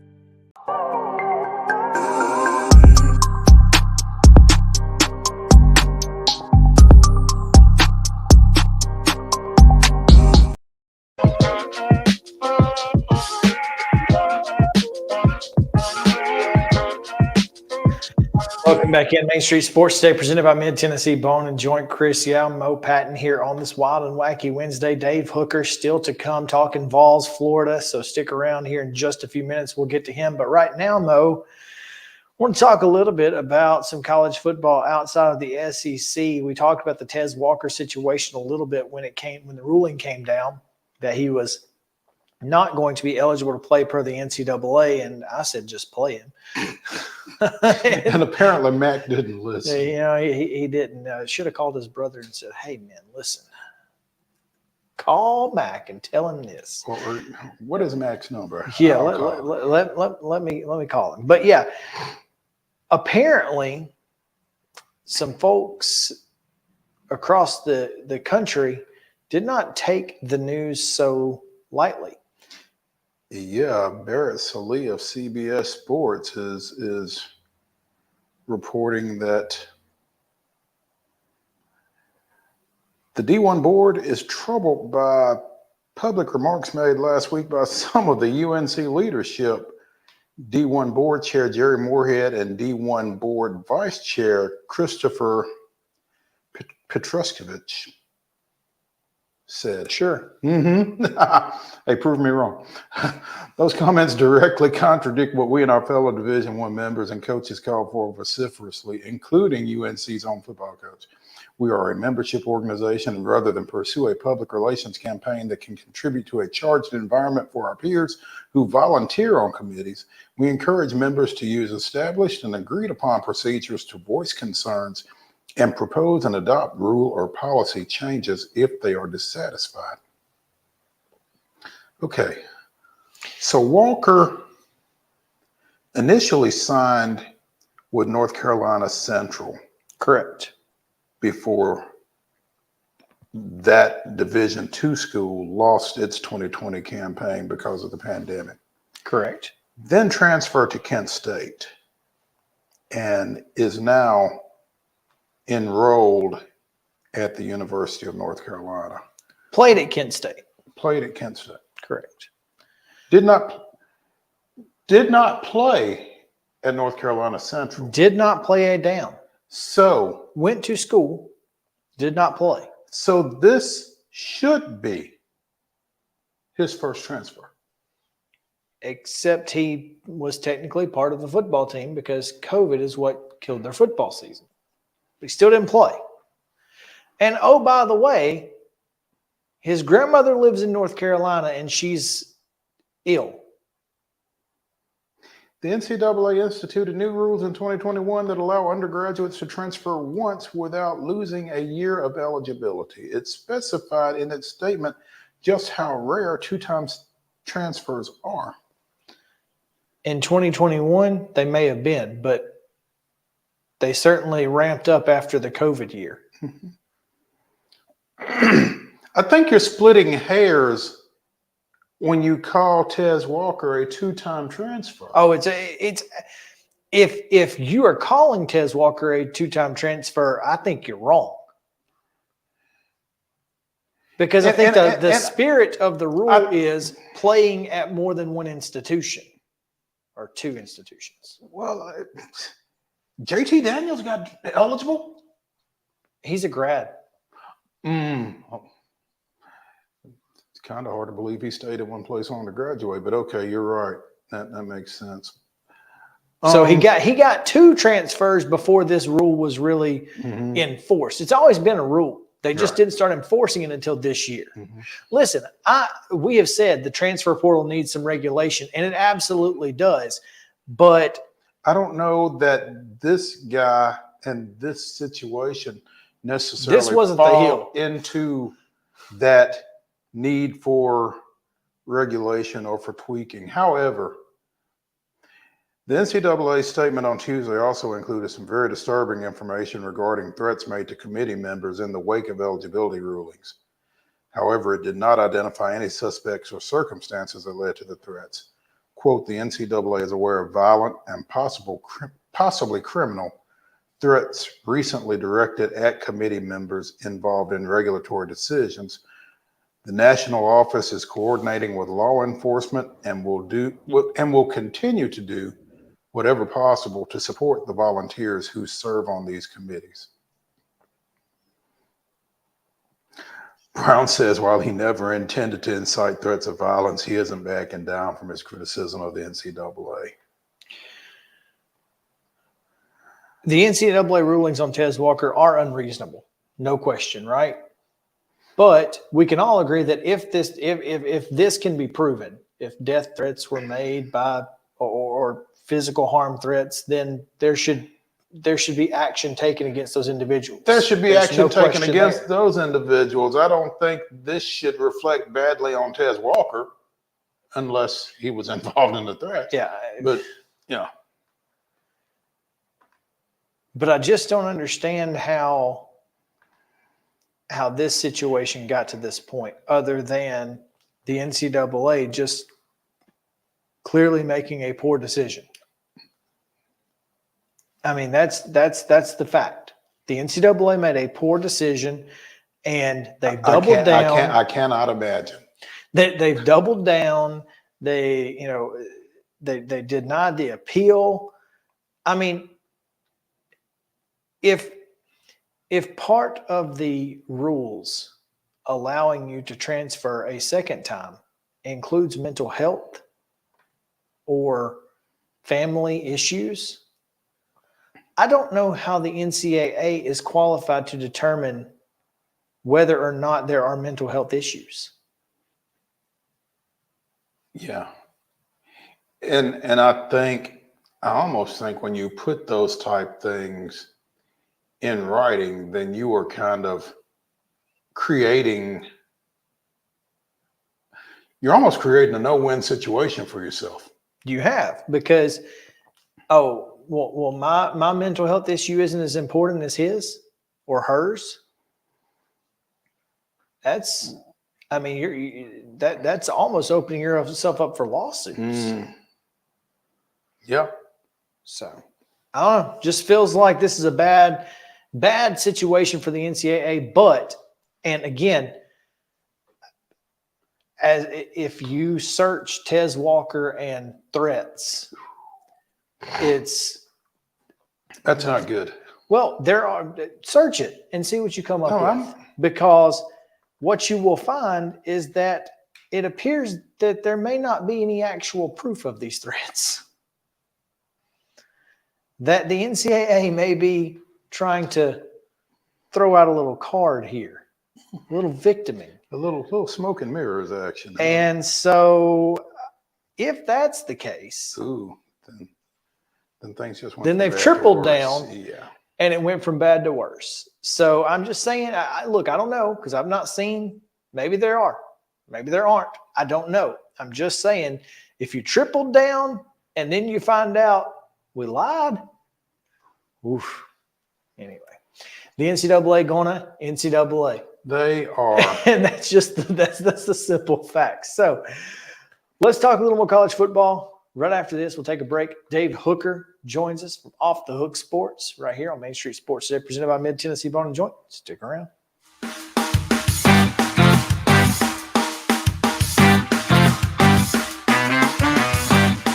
Mid-Tennessee Bone and Joint treats your orthopedic injuries and existing conditions. Our trained physicians will get you back in the game faster. Contact us at 931-381-2663 or www.mtbj.net.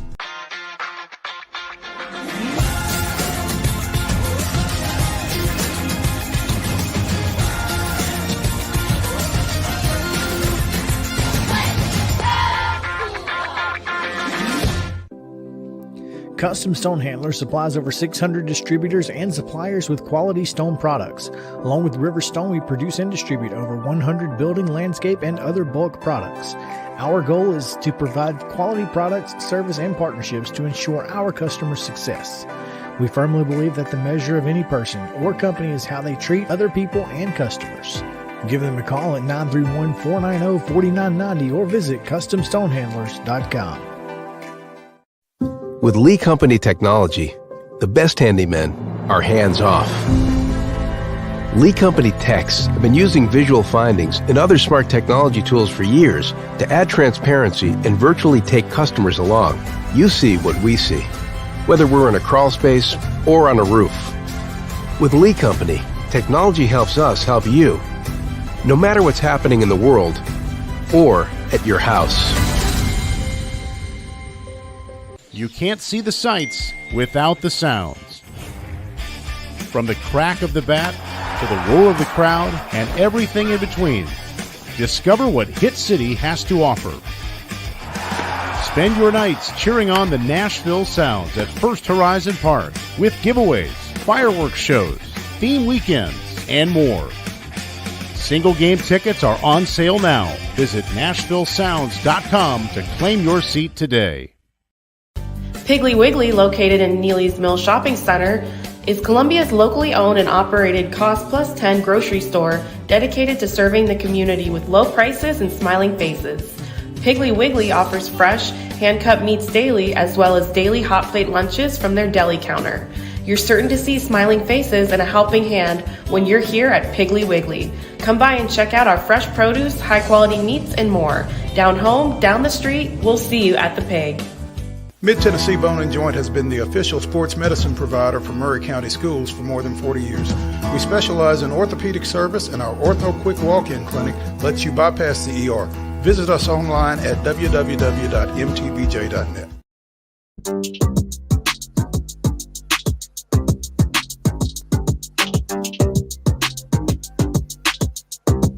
Welcome back in Main Street Sports Day, presented by Mid-Tennessee Bone and Joint. Chris Yao and Mo Patton here on this Wild and Wacky Wednesday. The weirdest and wildest news from across the world still to come, and boy, is it going to be worth it. I promise you. It's insane today. We've got some good ones, but you're setting a high bar, man. I'm excited. I really am. And you know what? I wasn't even going to use the Mexican aliens. I mean, so that's how wild and wacky these stories are. The Mexican aliens didn't make the cut. Didn't make the cut. So, oh man, let's bring in Dave Hooker, who's joining us via audio as he is on the road again. Dave, what's up? Where's some Willie Nelson? There we go. Yeah, I figured you guys just want me on audio because my face looked so fat last time I was on. Dave, when you're going to do something like that, make sure Chris is not drinking. He was drinking. That was scary. That was scary. But hey, man, we appreciate you, fat face and all. Florida week, right? Yeah, it is. It's still really special to me being a University of Tennessee student at the time, and I can remember the CBS trucks never got there until a Thursday, except for Florida Week, and they'd roll in on a Monday and be parked at Neyland Stadium, and it's always a big game. Maybe not like it was in the 90s and 2000s, but yeah, it's Florida Week, and I think that pretty much says everything. What's the biggest question about Tennessee, 11th ranked Tennessee, going into this matchup? Biggest question I have is the inconsistent passing game early to start the game. 1 for 8 last week. That was what Joe Milton was in his first 8 passes. So we talked about that. But if you remember, he had kind of a cold streak against Virginia too. Now, the other thing is that we're basically talking about, you guys do a lot with the Titans, we're talking about preseason games. I don't know what to think of Virginia and Austin Peay other than they're very bad. I mean, they're not good football teams. So that to me is the biggest thing, because if you go down there and you have early issues, especially with your passing game, then I think that allows a very fickle crowd at Florida to stay in it. I think it's a crowd that when they're on top, I won't say front runners, but kind of, it's as tough a place to play as there is in the country when they're not happy, and probably not real happy. Billy Napier's done and the year and a half since he's been there, but they, you keep them out of the game pretty easy. So that's kind of what I'm looking for. You don't want to be, I hate when people say you want to start early, because nobody comes out and says, hey, let's go out there and start real slow. But I do think that it is imperative that Tennessee takes the crowd out of the game especially when you talk about, I'm getting long-winded here, but linebacker Keenan Philly and center Cooper Mays, I don't believe Cooper is going to play, and those two guys handle a lot of your calls at the line and in the box. So, yeah, I think that would be my number one concern by far, and really second wouldn't even be close. I think I didn't know where you would go or how close second would be to Milton, but I do know that, the reviews through 2 games haven't been what you would have liked for him to be for a guy who is the clear-cut guy at QB1 for Tennessee, Joe Milton. Does it help that Florida offensively isn't necessarily great either?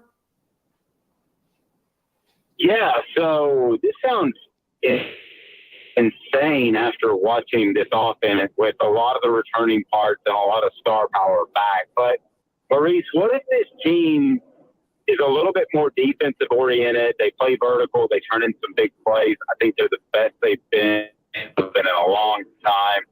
What if they're a team that continues to be the number one team in the conference and running the football, which they are?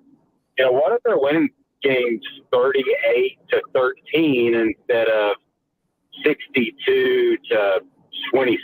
I mean, what's really the difference at the end of the day? So I'm not saying they're hunkering down and going to become a rushing team that depends on defense like some of the Ravens teams back in the past, but I do think you're going to see a slight shift. And I think the thing about Joe Milton, I wrote about this, they had a players-only meeting. He took the blame for those incompletions, and some of them, those passes should have been caught. So I think he's a great leader. I think that, he just needs to work on that aspect of his game as far as touch. And I think Tennessee's, the interior of their offensive line will be tested more so they've been in the first couple of weeks. I'm interested to see how they respond. I'm interested to see if one particular interior offensive lineman plays. Are we expecting Cooper Mays? I would really, at this point, say that's 50-50. And I know that's good. That's better than I've had. Yeah, I mean, I know that Cooper is part of what we do at Off the Hook Sports, and I specifically have not asked him about that on or off the record. But I think, based off what I'm being told by other sources, that it's a real 50-50 situation. They certainly want him to play because then you can slide Ollie Lane back to left guard. I mentioned the interior of the offensive line, untested to this point, but I think that Cooper is smart enough that he's not going to go out there until he's 100% ready. I mean, his plans are to go to the NFL next year, and even though he has a year of eligibility remaining. So I think that's 50-50 at this point for sure. Dave, you talk about this. By the way, I'm just driving down the interstate, and I see "Welcome to Knoxville," and it's got Cooper Mays and Jacob Warren on a billboard. So, say one thing, those are the two guys you want on offthehooksports.com. Hopefully that's a good sign. Yeah, maybe that's an omen there. Dave Hooker from Off the Hook Sports joining us here on Main Street Sports Today, presented by Mid-Tennessee Bone and Joint. Dave, you talked about that players-only meeting that followed the Tennessee win over Austin Peay, the unimpressive Tennessee win over Austin Peay. What do you feel like prompted that? What do you feel like came out of it? I think they weren't pleased with the way they practiced last week. I think for the first time, this team with some success got maybe a little bit complacent. I think that it was very positive. We'll see exactly how that turns out if they make it a positive thing. But, I don't think they were happy with how they played. And that's way different than it would have been in the past, guys. Because in the past, Butch Jones would have gone out there and said, that's a better than you think Austin Peay team. They're going to beat a lot of teams. That was a great win by the Vols. And I could tell, you guys could too, Josh Heupel wasn't happy after the game. And I don't think his players were. As one person within the program told me, it was, quote, embarrassing. Well, glad to see some accountability there for for a poor weekend. We actually talked a little bit about practice last week, and you know, your mind isn't always in it when it's a team like Austin Peay, and so it's understandable, but it's not what you expect from a team that has, you know, SEC championship and college football playoff aspirations. You feel like, you know, you gotta show up every day to go to work. And so what you feel, do you feel like that's what this team will be doing going forward each and every day? Well, I would certainly hope so. And I like the fact they held a players-only meeting after a win. You know, it would be easy to say, I want my Sunday, I want my time off, I don't want to go meet, because that's kind of their one day to get away. And I thought that was very significant. So, you know, they're lucky that didn't happen like in Alabama or Georgia, or even a UTSA, Texas San Antonio, who they'll play coming up. But because that's not a bad football team, guys. That's a pretty good football team, actually. And they're lucky it didn't cost them an L, but I think that tells you kind of where their standard is of expectations, not just ours, but theirs as well. Well, obviously, and Mo has asked me to frame it another way, but I don't know how to frame it any other way than Tennessee has not had much success against Florida in the last 20 years. So, you know, how does this team go in? I've got a son in college, and he wasn't even alive the last time they beat Florida in Gainesville. So that tells you something. So, I mean, how do they do it this weekend? Because the fact is that they've gone down there with better football teams, with teams who are better than Florida Gators, and have not won. So how does this team fix that? This team, which is better. Oh, by the way, no question, this team is better than that Florida team. Period. Yeah, this is definitely the better of the two football teams. Now, if you go back to the 90s, I think a lot of people said that Tennessee had a better team and Spurrier was the difference. I wouldn't really agree with that. I think that those were uber talented Florida teams that did have a coaching advantage.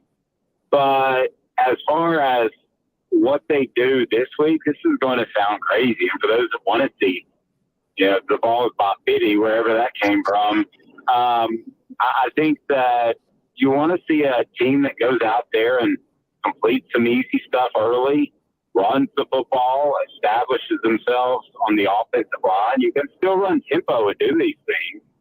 And then you want to see a defense that really shows off how deep they are, because I think there's a couple of really star players, and maybe James Pierce, maybe Arian Carter, and I'm not just talking about this year, I'm talking about the next 2 and 3 years. But I think what their real strength is in the defensive front seven is that there's probably about 12, 13 guys, maybe 14, that could legitimately go out there and play in an SEC game, and you don't lose much of a step. So with the humidity, that will be a factor. You know, there's no reason this Tennessee football team can't turn the ball over against Florida 2 or 3 times in the game, and you know, you start winning the turnover battle, and you're going to win. And I think the worst case scenario is that Tennessee goes out, frankly, and plays early like they have the first 2 games, and allows Florida's crowd to stay in it. And that's what you don't want. Yeah, take them out early. Now, yeah, or either take them out early, or just at least have a slight advantage, 7-10 point advantage. It is a very fickle crowd. I mean, I don't know how many Florida listeners or viewers you guys have, but I'm just going to tell you, I mean, they're not a crowd. I guess every fan base is somewhat like this, but they're not a crowd that's going to go cheer their guts out no matter what. Like a Mississippi State, that South Carolina. Despite the results, sometimes there's some programs that are still out there. Florida's not one of them.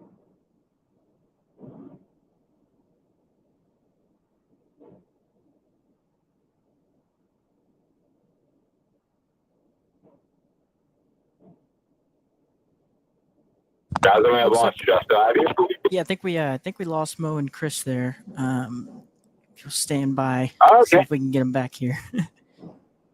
Gotcha.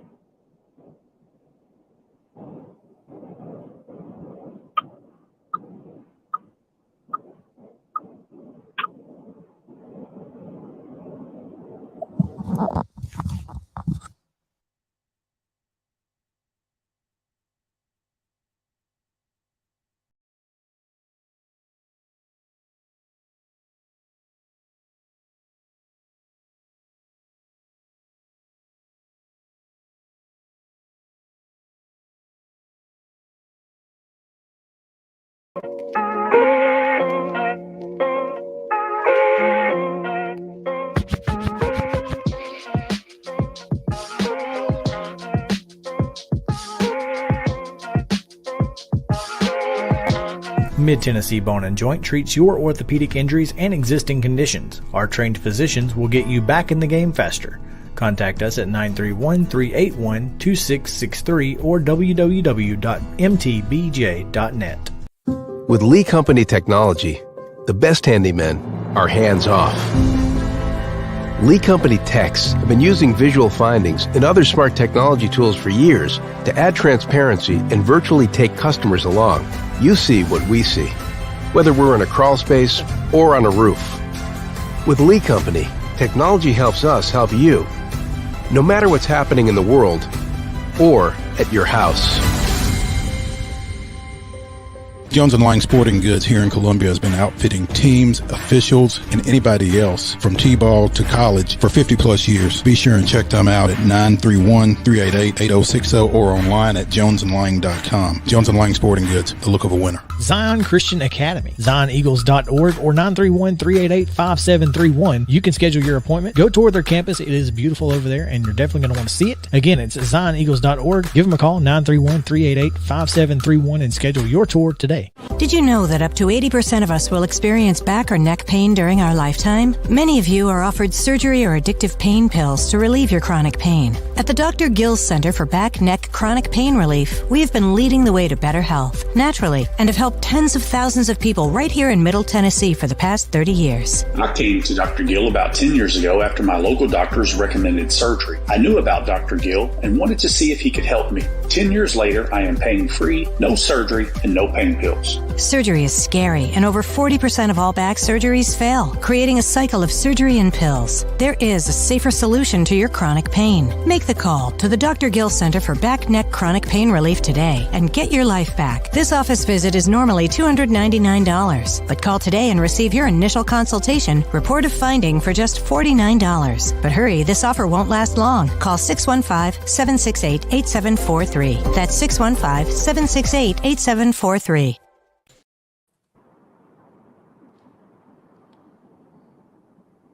Justin, can you hear us?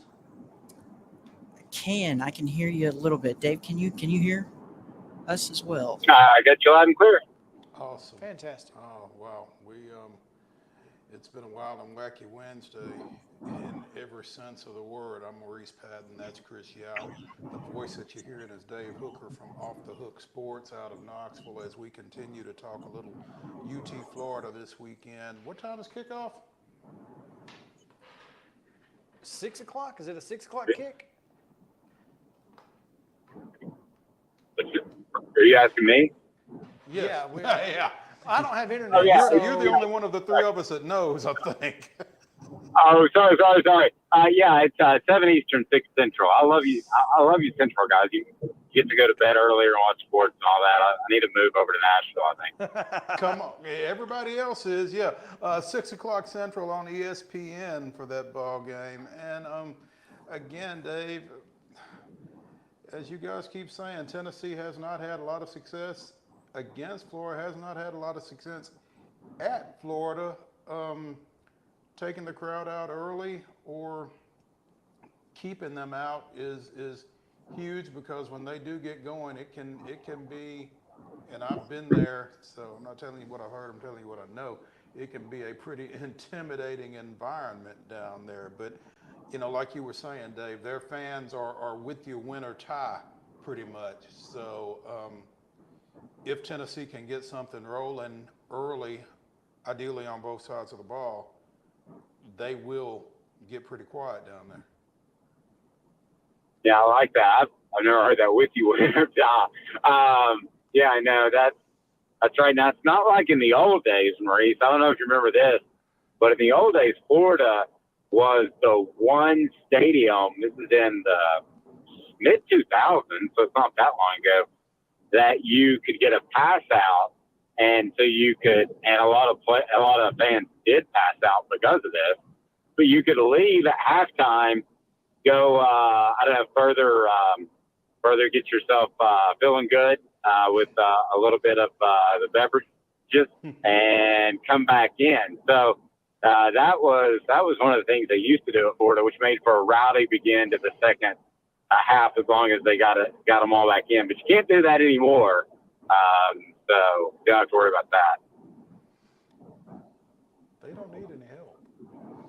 No, well, you can sell. They I don't know. Do they sell beer at their stadium? I mean, you can buy beer at the stadium now, so you don't have to leave. Yeah.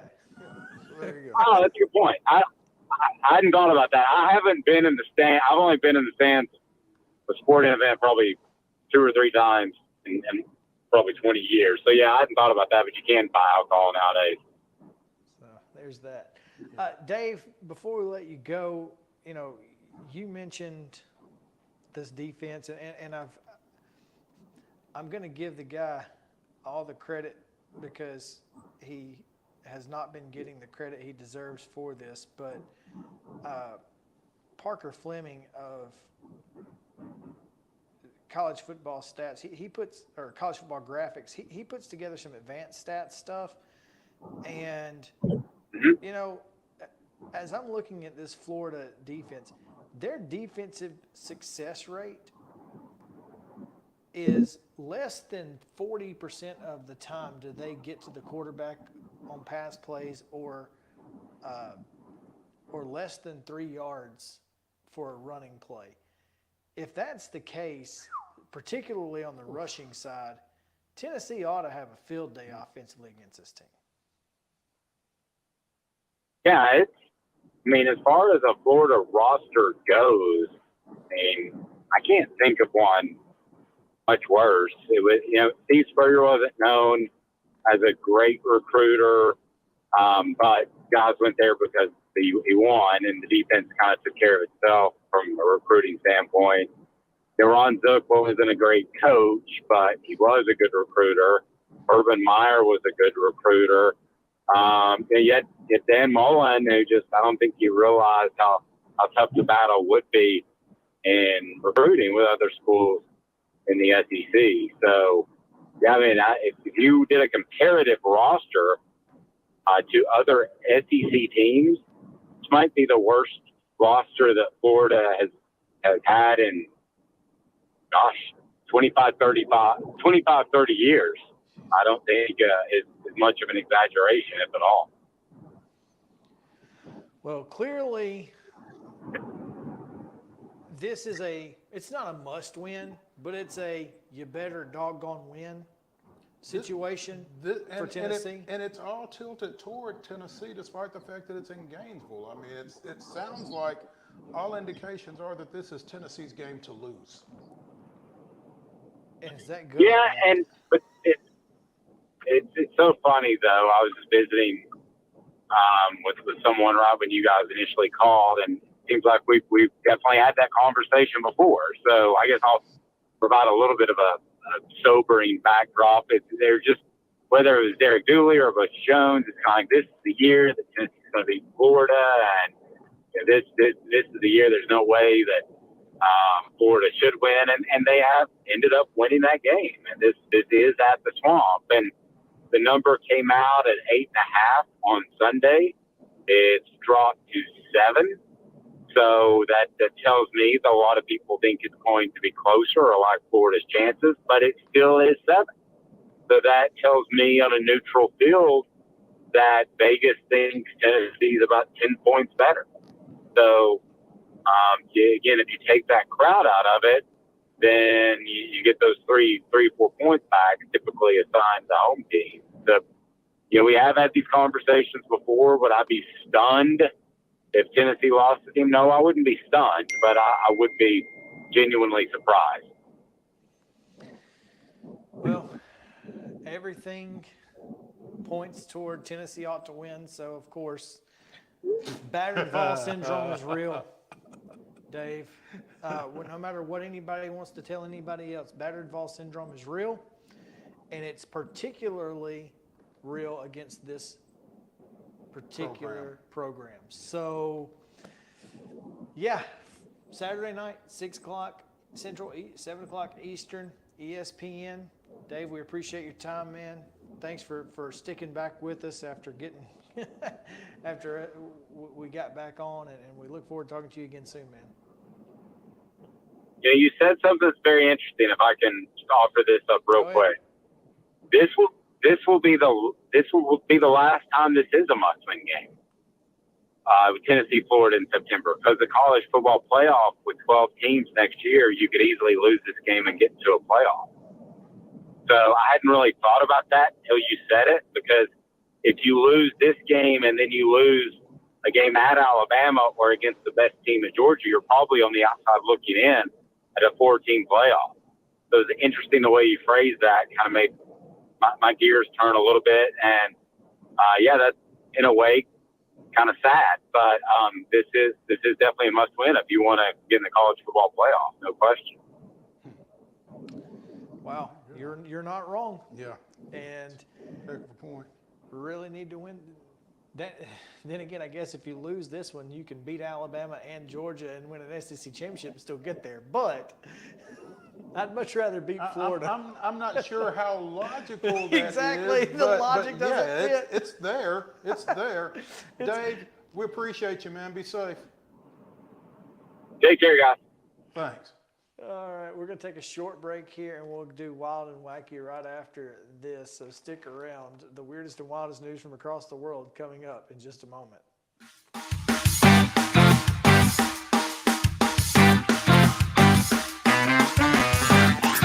This is Chris Yao with Main Street Sports Today. Every show, Mo Patton and I welcome friends from all across the sports landscape, from high school coaches and reporters to national, college, and pro sports personalities. You never know who might stop by for a chat. She's on Thinking Out Loud, presented by Regions, and Out of Pocket with Alyssa Lang. It is, in fact, Alyssa Lang. I'm a little nervous. I'm going to lower the bar for guests now. Oh, no. Like, apologies in advance. It sounds like SEC Commissioner Greg Sankey. You got that radio voice. I do. It's a good sound. Thanks for radio, too. As do we. And then here's the other thing. You guys, you're spot on with the name. Everybody wants to be on Main Street. Everybody wants to be on Main Street. So, and we reach every Main Street in Middle Tennessee, Coach? Yeah, that's it. So Perfect. when you are on Main Street and you are moving, you gotta love it. Like you're moving. I was impressed. I'm glad someone.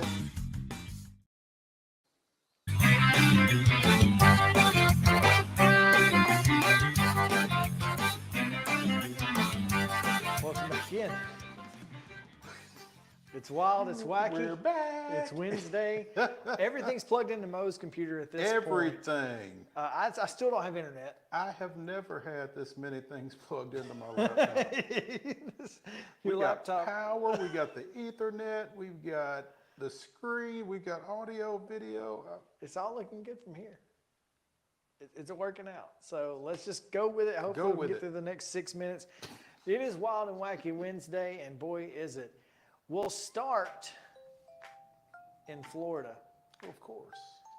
Where a man from Florida decided that this is not the first time, but Reza Baluchi was 70 miles off the coast of Georgia when Coast Guard officers found him in a, quote, manifestly unsafe voyage while Hurricane Franklin was headed toward the area. He was in what can only be described as a human-powered hamster wheel. 70 miles off the coast? He was going to London. No, he wasn't.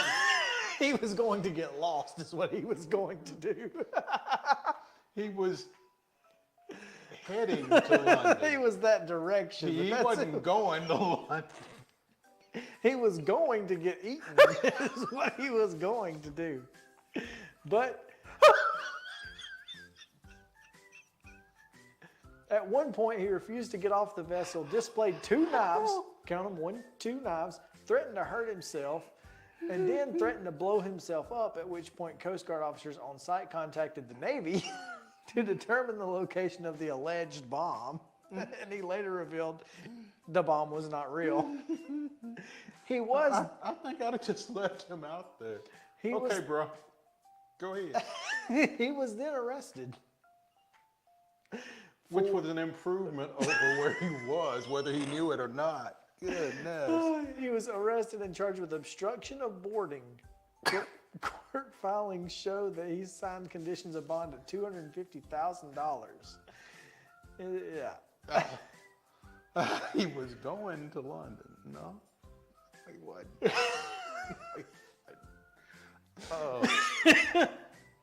All right. Let's go up to Boston. Boston, where a Massachusetts couple says their fears of missing their upcoming wedding in Italy have been significantly eased just over a week before they were scheduled to depart for Europe. Donato Frattaroli, gotta be Frattaroli, sure, of South Boston, and his fiancee Magda Masri went to City Hall to fill out their intention of marriage forms on Thursday, August 17th, just a week before their flight to Italy, where they planned to marry. Hours after their visit to City Hall, well, they got home, and Chicky, their 1.5-year-old golden retriever, chewed through multiple pages of Frattaroli's passport. Good news, you got the marriage license. Oh, yeah. Bad news, you ain't going to Italy. Well, it turns out they did get a chance. They received the new travel document in time to go to Italy and get married, but could you imagine getting there and saying, the dog ate my passport? Yeah, sure, buddy. Aren't you a little old for this one? How many times you try that one with your English teacher? Right. Oh. The dog ate my home. No, buddy, no. Good try, though. Good try. All right, finally, we go back to Florida, to Gainesville. That's right, where a Florida man is in custody. And, well, Mo, there's no other way to put it. He stole an excavator, drove it along Southwest 42nd Street, knocking down power lines before landing in a Walmart. What's he gonna do, dig it up? I took the excavator, ran through the wall of the Walmart, and here we are. All I'm saying is, how did they not get to him before the Walmart? Yeah. It's an excavator. They don't go fast. Was it the ones with the tracks, or did it have actual tires? I don't know. I can't see the oh, yes, I can. It's tracks. Yep, it's tracks. How far did he go? Wherever Walmart was, but he made his way. He found it, and now Walmart don't have a. He tried to go in the automotive section though. I think he just needed an oil change. Well, he didn't need an alignment. He certainly did not need an alignment. Oh, goodness. Oh, that's going to do it for today's show. Thanks to Dave and Heather and Terry. We'll be back tomorrow at 2 o'clock here on Main Street Sports Center, presented by Mid Tennessee Bone and Joint with Preps Thursday. See you then.